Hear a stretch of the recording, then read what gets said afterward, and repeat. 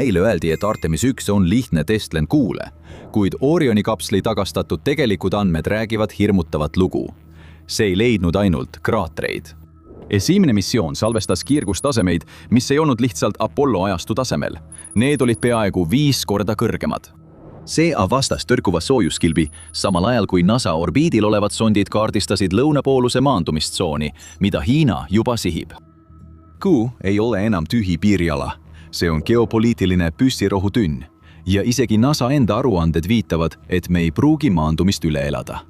NASA edastas Kuu videot Maale, kasutades oma tavalist süvakosmosevõrku, kuid Orioni sees arenes hoopis teistsugune lugu.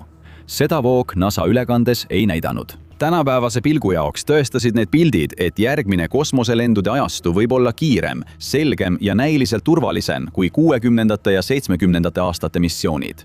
Kogu selle vaatemängu taga jälgisid Orioni pardasensorid midagi palju iidsemat, palju ohtlikumat kui ükski tehniline rike. Kiirgus. Väljaspool Maa magnetkilbi ei ole eksimusteks ruumi. Kosmoseagentuurid ja nende teadlased teavad, et kiirguse mõju valesti hindamine võib olla katastroofiline. Iga päikesepurse, iga kosmiline kiir sügav kosmosest läbib liha ja inimluid. Isegi kui astronaudid suudavad kiirguspuhangutest läbi tulla, võivad neid elus hoidvad masinad hakata üles sütlema. Eriti kuna tänapäeva kosmoselaevad sõltuvad nii palju arvutitehnoloogiast. Ainus tõeline viis näha, kuidas need süsteemid kosmoses töötavad, on neid missioonidel testida. Aga kosmoses ei saa tavaliselt teist võimalust. Van Alleni vöönditest läbireisimine tähendab kohtumist Maa lähedal lõksus olevate elektronide ja prootonite pilvedega. Aga sellest kaugemal, läbi Maa magnetosfääri, on riskiks päikesetormid. Mängu tulevad kõrgema energiaga osakesed, potentsiaalsed surmavad kosmilised kiired, mis liiguvad valguse kiirusel ja võivad inimeste DNA tükkideks rebida. Hollywood näitab kosmoselaevu hõlpsalt läbi kosmosel liuklemas, mitte seda täielikku õudust, kui nähtamatu osakeste laviin võib halvata nii missiooni kui ka sees olevad inimesed. Ja kui me tahame avastada kosmost veelgi sügavamalt, pikemate missioonidega Kuule või reisidega Marsile, tähendab see astronautide paiskamist kosmilise kaose maailma. Hea uudis on see, et õppetunnid on saadud. Üks tähtsamaid neist tuli Artemis 1 kiirgusanduritelt. Teadlased avastasid, et kosmoselaeva pööramine 90 kraadi võrra Van Alleni vööndite läbimisel vähendas kiirgusega kokkupuudet umbes poole võrra. See esimene missioon oli mehitatud mannekeenidega. Nende fantoomist kosmosenukkude tuhanded andurid, millel olid pehmed koed ja siseorganid, näitasid, et pööramine oli nagu kilbi pööramine vastu lähenevat aerotormi. Nii näitasid andurid kosmose karmi materiaalsust, kuid need näitasid ka, et on viise pideva ohu vähendamiseks. Kaadrid nägid täiuslikud välja, kuid varjasid tumedamat tegelikkust. Kuni 35 millisievertit kiirgust tavalisel missioonil. Aastakümneid olid kosmose kõige surmavamad ohud varjatud taustal, kuid nüüd teame tõde. Tuleb küsida, kuidas Apollo missioonide astronaudid ellu jäid? Eriti ajal, kui teadlased teadsid kosmosereisidest palju vähem ja varustus oli tänapäeva standardite järgi iidne. Kui avalikkus muretses süsteemi rikete või plahvatuste pärast, siis NASA jaoks oli kiirgus alati peamine murekoht. Ja see oli üle 50 aasta tagasi, kui teadlased töötasid arvutusliistude ja algeliste arvutitega. Osa põhjusest, miks astronaudid tulid tagasi heas tervises, oli lihtsalt õnn. Apollo Kuu missioonid toimusid ajal, mida teadlased on nimetanud päikesetsükli suhteliselt vaikseks faasiks. Nende teekond oli samuti lühike, mis piiras kiirgusega kokkupuudet. Aga kui oleks puhkenud suur päikesetorm ajal, mil nad olid väljaspool Maa magnetvälja kaitset, oleks ajalugu võinud olla hoopis teistsugune. Ajastus on oluline. NASA teadis seda juba siis, kuid nüüd mõistab ta seda palju paremini. Päike liigub läbi aktiivsustsüklite, kuid tänapäevaste prognoositehnoloogiate abil saame hinnata, millal võib olla kõige ohutum lahkuda Maa-lähedaselt orbiidilt. Ainus probleem on see, et NASA, päikese ja kosmoseilma teadlased tunnistavad vabalt, et nad ei tea, kuidas tekivad kõige tugevamad ja surmavamad päikesepursked. Seega ei suuda nad neid ennustada. Apollo ajastu astronaudid tegid selle näiliselt lihtsaks. Nii lihtsaks, et mõned tuleviku Kuu maandumise kahtlejad vaatasid kiirgusandmeid ja keeldusid uskumast, et inimesed üldse kunagi Kuule jõudsid. Apollo 17 ajal registreerisid astronautide doosimeetrid suhteliselt tagasihoidliku kiirgusdoosi, umbes 5,5 millisievertit 12,5 päeva jooksul. See on kosmoselennu standardite järgi hallatav. Rindkere kompuutertomograafia võib anda mitu millisievertit. Äge kiiritushaigus tekib tavaliselt palju suuremate lühiajaliste dooside korral. Kuid Artemis 1 tõi tagasi andmed, mis näitasid kogu missiooni jooksul palju suuremat kiirgusdoosi, umbes 26–35 millisievertit 25,5 päeva jooksul. Missioon kestis peaaegu 2 korda kauem, kuid kiirgusdoos oli peaaegu 5 korda suurem. Apollo kasutas vaid mõnda doosimeetrit, Artemis kasutas laboritäit andureid. Sama kosmos, erinevad mõõtevahendid. See mõjutas tulemust. Kosmos ei muutunud järsku ohtlikumaks. Tegelik õppetund on lihtsam. Mida kauem inimesed viibivad väljaspool Maa magnetkilpi, seda kõrgemaks doos tõuseb. Aga see kehtib siis, kui lühemad missioonid kulgevad hästi. Marsile edasi-tagasi missioonil puutuvad astronaudid hinnanguliselt kokku umbes 1000 millisievertiga, mis ületab NASA ohutu karjääri piiri. Ja vaid üks päikeseosakeste sündmus ehk SPE, näiteks võimas päikesepurse, võib mõne tunni jooksul anda üle 1000 millisieverti. Siin tulevad mängu kaasaegsed ohutusmehhanismid. Artemis programmi andmed näitavad palju üksikasjalikumat pilti kui kunagi varem. Isegi lihtsad manöövrid, orienteerumine, kaitsekilpide paigutus ja vöö läbimise trajektoor võivad missiooni ajal kiirguse taset oluliselt muuta. Ja kaasaegsetel kosmoselaevadel on tormivariandid. Astronaadid saavad kosmoselaeva sisemust ümber korraldada ja oodata tormi möödumist tsoonides, kus nad ei kannata ägeda kiiritussündroomi all. See on loodud hoidma kiirgusdoosi tavatingimustes umbes 35 millisieverti juures ja päikesetormi ajal variandis alla 150 millisieverti.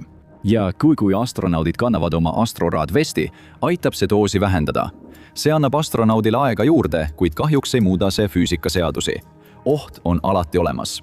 Kui me lõpuks ehitame Kuu peale baase, vajame palju enamat kui lihtsalt kehal kantavaid veste. NASA kosmilise kiirguse analüüsigrupp ehk SRAG on avalikult arutanud varuplaanide üle tulevaste Kuu missioonide jaoks. Nende hulka kuulusid uute tormivariandite väljatöötamine juhuks, kui osakeste tormid hakkavad laeva peale sadama. Aga küsimus on, kas need ka töötavad? See on lihtsalt kosmosereiside fakt, et kui midagi läheb valesti, võib see minna väga valesti. Sa ei saa täielikult põgeneda kosmoseilma ränkade mõjude eest. Ja nagu NASA hiljuti avastas, ei tea sa kunagi, kas miski, mida oled maal testinud, töötab ka lennul. Võtame näiteks Orioni soojuskilbi. Sisenedes Maa atmosfääri kiirusega kuni 25 000 miili tunnis, surutakse õhk kosmoselaeva ees jõuliselt kokku. See tekitab hõõrdumist ja kuumust, mis võib ulatuda kuni 5000 Fahrenheiti kraadini. Ilma kaitsekatteta oleks kosmoselaev äärmuslikele tingimustele avatud, mis võiks viia katastroofilise rikkeni ja kabiini hävimiseni. See on ellujäämise oluline osa. Pärast Artemis 1 missiooni avaldasid NASA audiitorid, et esines kriitilisi probleeme. Kriitilisi selles mõttes, et need võiksid olla tulevaste missioonide puhul eluohtlikud, kui neid ei parandata. Avalikkus jäi õndsalt teadmatusse sellest, et NASA oli sattunud väga tõsise probleemi otsa. Praegune Orioni kapsli soojuskilp kasutab AVCOAT-i, ärakuluvat materjali, mis on loodud kontrollitult ära põlema. Iga lend tähendab uut hooldustsüklit. Üks ainus märkamata jäänud viga võib muutuda surmavaks tõrkeks. Selle eest hoiatas NASA oma OIG raportis IG-24-011. Insenerid avastasid pärast seda, kui Orion naasis Maa atmosfääri Artemis 1 missioonil, et kilbimaterjal oli vähemalt 100 kohast ära kulunud. See täitis oma ülesande, kuid AVCOAT ei käitunud nii, nagu NASA oli ennustanud. Osad sööstunud kihist pragunesid ja murdusid tükkideks, jättes endast maha prahijälje. Aruandes öeldi, et see võib, tsiteerin, kujutada endast olulist ohtu meeskonna ohutusele. Ja mis veel hullem, praht võib potentsiaalselt kahjustada maandumiseks vajalikku langevarju. NASA kasutas kunagi varem katsetamata taassisselennu tehnikat, mida nimetatakse hüppeliseks taassisenemiseks. Selle asemel, et otse atmosfääris sukelduda, põrkas kosmoselaev sellest aerodünaamilise tõste abil tagasi välja. See tuli alla teist korda, kuid aeglasemal kiirusel, mis võimaldas täpselt sihtida maandumistsooni Vaikses ookeanis. Teoorias peaks see olema palju täpsem maandumine, mis nõuab vähem ressursse meeskonna veest väljatoomiseks. Ja kuna sündmusi on 2, mitte 1, vähendab see kiirendust. Nii et aeglasem maandumine pole mitte ainult täpsem, vaid ka ohutum. Ainus probleem oli see, et kõik ei läinud päris plaanipäraselt. AVCOAT ei pidanud täiendavale põrkele vastu. Soojuskilp kuumenes, jahtus ning kuumenes uuesti. Sisemine rõhk kasvas, mis põhjustas pragunemise. Agentuur teatas, et kabiini temperatuur oli hästi normi piires, umbes 75 kraadi Fahrenheiti juures.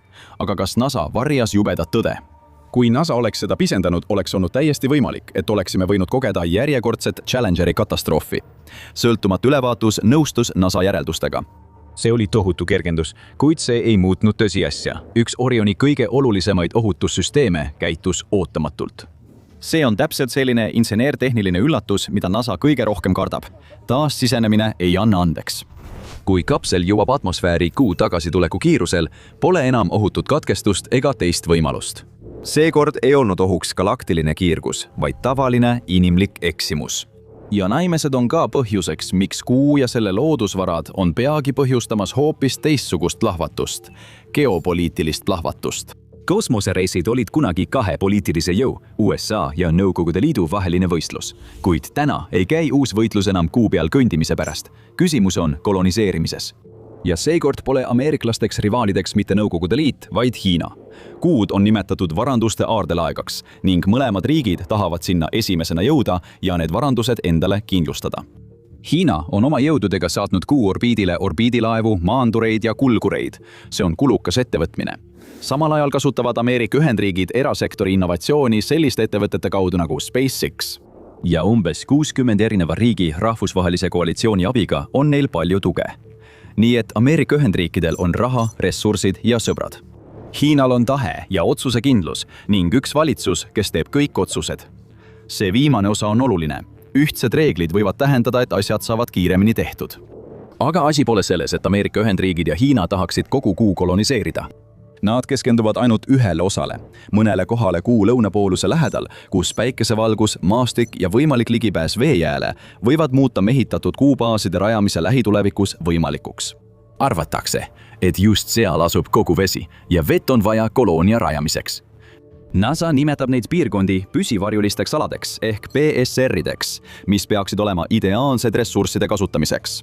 Samuti leitakse sealt energia, mida on vaja baaside käitamiseks. Kuid nad ei taha baasi rajada ainult Kuu lõunapoolusele. See on konkreetne piirkond, mida nimetatakse Shackletoni kraatri ümbruseks, umbes 21 kilomeetri laiune ala.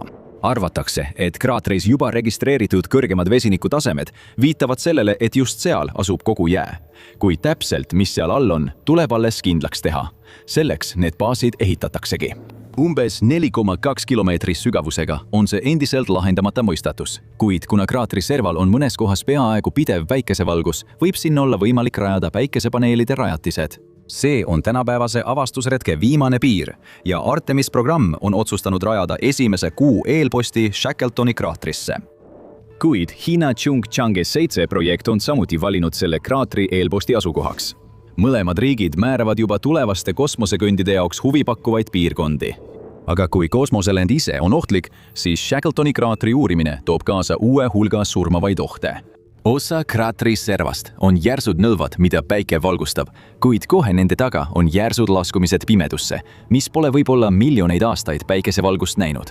Igasuguse jaama ehitamine sinna oleks reeturlik ja kallis. Ühendriikide uuring, mis käsitles maandumiskohti, tuvastas 1,9 kilomeetri raadiusega uurimisala kui ideaalse kandidaadi, mida kirjeldati kui parimat tippu Shackletoni lähedal. See on tilluke maatükk ja ka Hiina tahab seda. Hiina pole täpset kohta, kuhu nad baasi rajada kavatsevad veel avalikustanud, kuid kahtlust pole, et see on sama paik, kuhu Ühendriigid hakkavad ehitama. Kui asjad käima lähevad, kas Ühendriigid ja Hiina suudavad rahumeelselt koos eksisteerida? Eksperdid ütlevad juba praegu, et see pool, kes oma baasi esimesena tööle saab, määrab järgmise sajandi korra kosmoses. NASA järelevalveasutus teatab, et NASA võib nüüd teha Kuu maandumise millalgi 2028 aastal Artemis 4 või 5 raames. 2026 aastal teatas USA, et kümnendi jooksul rajatakse esimene püsivalt asustatud baas väljaspool maad. Selle saavutamiseks on eraldatud $20 miljardit. Hiina on teatanud, et saadab inimesi Kuule aastaks 2030. Sanktsioonid pole Hiinat sugugi aeglustanud. Chang'e 4 maandus Kuu tagaküljel. 2019. aastal olles esimene missioon Kuu tagaküljele. 2024 aastal sai sellest esimene riik ajaloos, kes tõi Kuu tagaküljelt proove tagasi maale. Ja nüüd kavatseb Hiina teha koostööd kogenud venelastega, et ehitada Kuu uurimisjaam ehk ILRS. Ehitustööd algavad 2028 aastal ning projektiga on liitunud veel 11 riiki. USA ja Hiina pole veel oma Kuu ambitsioonide üle sõnasõtta sattunud, kuid NASA tunnistas, et Hiina on geopoliitiline konkurent, kes seab kahtluse alla USA juhtpositsiooni kosmosevaldkonnas. Ükski aasta ei möödu ilma tõenditeta selle konkurentsi kohta. 2011 aastal keelas USA Hiinal osalemise rahvusvahelises kosmosejaamas. 10 aastat hiljem käivitas Peking oma enda kosmosejaama Tiangongi ehk taevaliku palee ning aasta hiljem oli see juba töökorras vahetuvate meeskondadega. Hiina sõnum oli selge, meie jõuame esimesena kohale. Jared Isaacman, USA kosmoseagentuuri administraator, ütleb, et ta ei lase sellel juhtuda. Ta pidas silmas Hiinat, kui ta ütles, me teeme kõik vajaliku, et Kuule tagasi jõuda ja mitte kunagi enam kellelgi teisel seda üle võtta lasta. Kuigi mõlemad riigid plaanivad rajada baasi samasse piirkonda, kavatsevad nad kasutada võimalikult suurt osa Kuust. See hõlmab ka Kuu pinnaaluseid alasid. Teadlased ütlesid hiljuti, et seal võib olla hiiglaslik maa-alune koopakompleks, mida saaks muuta baasiks. Umbes 150 meetri sügavusel pinnal on ala, mis on 262 jalga pikk ja 45 meetrit lai, umbes 14 tenniseväljaku suurune. Arvatakse, et see on tühi laavatoru ning see koobas võiks olla ideaalne koht, kus inimesed saaksid varjuda uskumatult karmide kuutingimuste eest. Kui astronaadid suudavad sisse pääseda, saaksid nad uurida kivimeid, et paremini mõista Kuu tekkimist. Veelgi parem, seal all võib olla vett, mis võiks anda USA-le eelise nende püüdlustes Kuu koloniseerimiseks. Kuu peal on registreeritud vähemalt 200 sellist koopakompleksi ja igaüks neist võiks olla baasiks, kui see on struktuurselt tugev. Aga see ei saa olema lihtne. Nõlvad on täis rususid. Üks vale samm võib tähendada laviini vallandumist all olevate inimeste peale. Üle 100 meetri alla laskumine ja sealt tagasi üles saamine kujutab samuti endast tõsist probleemi. Kuid ükski koht ei ole nii intrigeeriv kui piirkond lõunapooluse Aitkeni basseini ümbruses. Ressursside rohke lõunapooluse lähedal asub see Kuu suurim kraater, mille läbimõõt on 2600 kilomeetrit ja sügavus ligi 4–5 miili. Hiina maandas sinna 2019. aastal kosmoselaeva, kui Chang'e 4 missioon maandus basseini sees. Kuid Ameerika Ühendriigid tegid teistsuguse avastuse, kui NASA Grail missioon tuvastas basseini all tohutu maetud massi, mis on hinnanguliselt umbes 5 korda suurem kui Hawaii saared. Keegi ei tea, mis see on. See võib olla sügavat mantlist pinnale surutud materjal või rusud asteroidist, mis tabas Kuud 4 miljardit aastat tagasi. Igal juhul võib see olla metallirikas, kuid Kuul võib olla ka teisi saladusi. Seal on ka teisi laavatunneleid, mis on piisavalt suured, et mahutada terveid linnaosasid. Marius Hillsis hinnangute kohaselt ulatuvad tunnelid 10 miilide pikkuseks ning nende maht on piisavalt suur, et konkureerida mõne Manhattani piirkonnaga. Ja see muudab kõike. Inseneraid jaoks ei ole need lihtsalt kosmosekoopad. Need on maa-aluste linnade vundamendid. Seal on ruumi tööstusele, põllumajandusele, laboritele ja lõpuks ka asulatele. Need võivad olla vastuseks elamisele Kuu peal, kõige turvalisem paik või vähemalt üks teadaolevatest kõige turvalisematest looduslikest varjenditest. Need koopad oleksid pöördepunkt maailma ajaloos. Aga on üks suur takistus, mis seisab ees ja see on imepisike tolm. Täpsemalt Kuu tolm. Kuu peale maandumine ei ole sugugi lihtne. Kuu pinnal ei oota ees mingit pehmendust. Pole ilma, pole õhku, mis hajutaks heitgaase, mitte midagi. Ainult Kuu regoliid, kiht sagilist klaasitaolist tolmu, mis on tekkinud miljardite aastate jooksul. Need teravad servad annavadki sellele selle, mida teadlased nimetavad elektrostaatiliseks kleepuvuseks. Ja kõige hullem on see, et see on kurikuulus, selle poolest, et tungib masinatesse. Apollo missionidel kurtsid astronaudid, et see kleepus nende skafandrite külge, kriimustas visiire ja satus tihenditesse. Kuhu iganes see jõudis, sinna see kinnistus. 2024 aastal sai Intuitive Machines Odysseus esimeseks USA kosmoselaevaks pärast Apollo missioone, mis tegi pehme maandumise Kuule. Ja kui saabus Kuuöö, lülitus see välja täpselt nii nagu plaanitud. Aga külili kukkumine, see polnud kindlasti plaanis. Ajalugu tehti küll, aga mitte nii nagu NASA lootis. Teooria oli, et Odysseus võis ühe oma jalaga mõnda lõhesse kinni jääda. Samuti võis ta liikuda liiga kiiresti. Tolm polnud ainus põhjus, kuid see tuletas kõigile meelde, et Kuu peale maandumise varu on väga väike. Aga mis juhtub siis, kui midagi läheb valesti? Kui astronaudid liiguvad ühelt sõidukil teisele? Orioni kosmoselaev ei ole lihtsalt järjekordne kapsel. See ehitati süvakosmosesse lendamiseks, lisakaitse ja meeskonna elus hoidmisele keskendudes. Kuid SpaceX-i mehitatud maandumissüsteem on teistsugune. See on loodud massitõhususe, kaubaruumi ja Kuu pinnale jõudmise jaoks. Üks neist käitub nagu tugevalt kaitstud juhtimiskapsel. Teine on pigem suur transpordivahend, mis on optimeeritud kasuliku koorma jaoks. Ja see erinevus kajastub ka konstruktsioonis endas. Orioni paagitaoline kaitse pakub umbes 50 grammi kaitset ruutsentimeetri kohta, samas kui Starshipi kergem õhupallitaoline kest on umbes 3,2 grammi ruutsentimeetri kohta. Kirguse mõttes aitab see, kui meeskonna ja kosmose vahel on paksem materjal, kuid olukord muutub, kui astronaudid liiguvad ühest sõidukist teise. See tähendab, et kõige suurema kiirgusega hetked kuumissioonil ei pruugi olla pinnal. See võib juhtuda vahepealsetel hetkedel, nagu dokkimine, meeskonna üleviimine ja liikumine minimaalsete kaitsekilpidega aladel. Sellega NASA silmitsi seisabki. Mitte ainult graafikust mahajäämine, vaid lugematu arv võimalikke tõrkeid igas missiooni kriitilises etapis. Tolm, üleminekud sõidukite vahel, lahtised paneelid, kõik võib valesti minna. Ja see pole ainult oletus. NASA järelevalveasutuse aruanded näitavad, et kuule naasmise programmil on raskusi.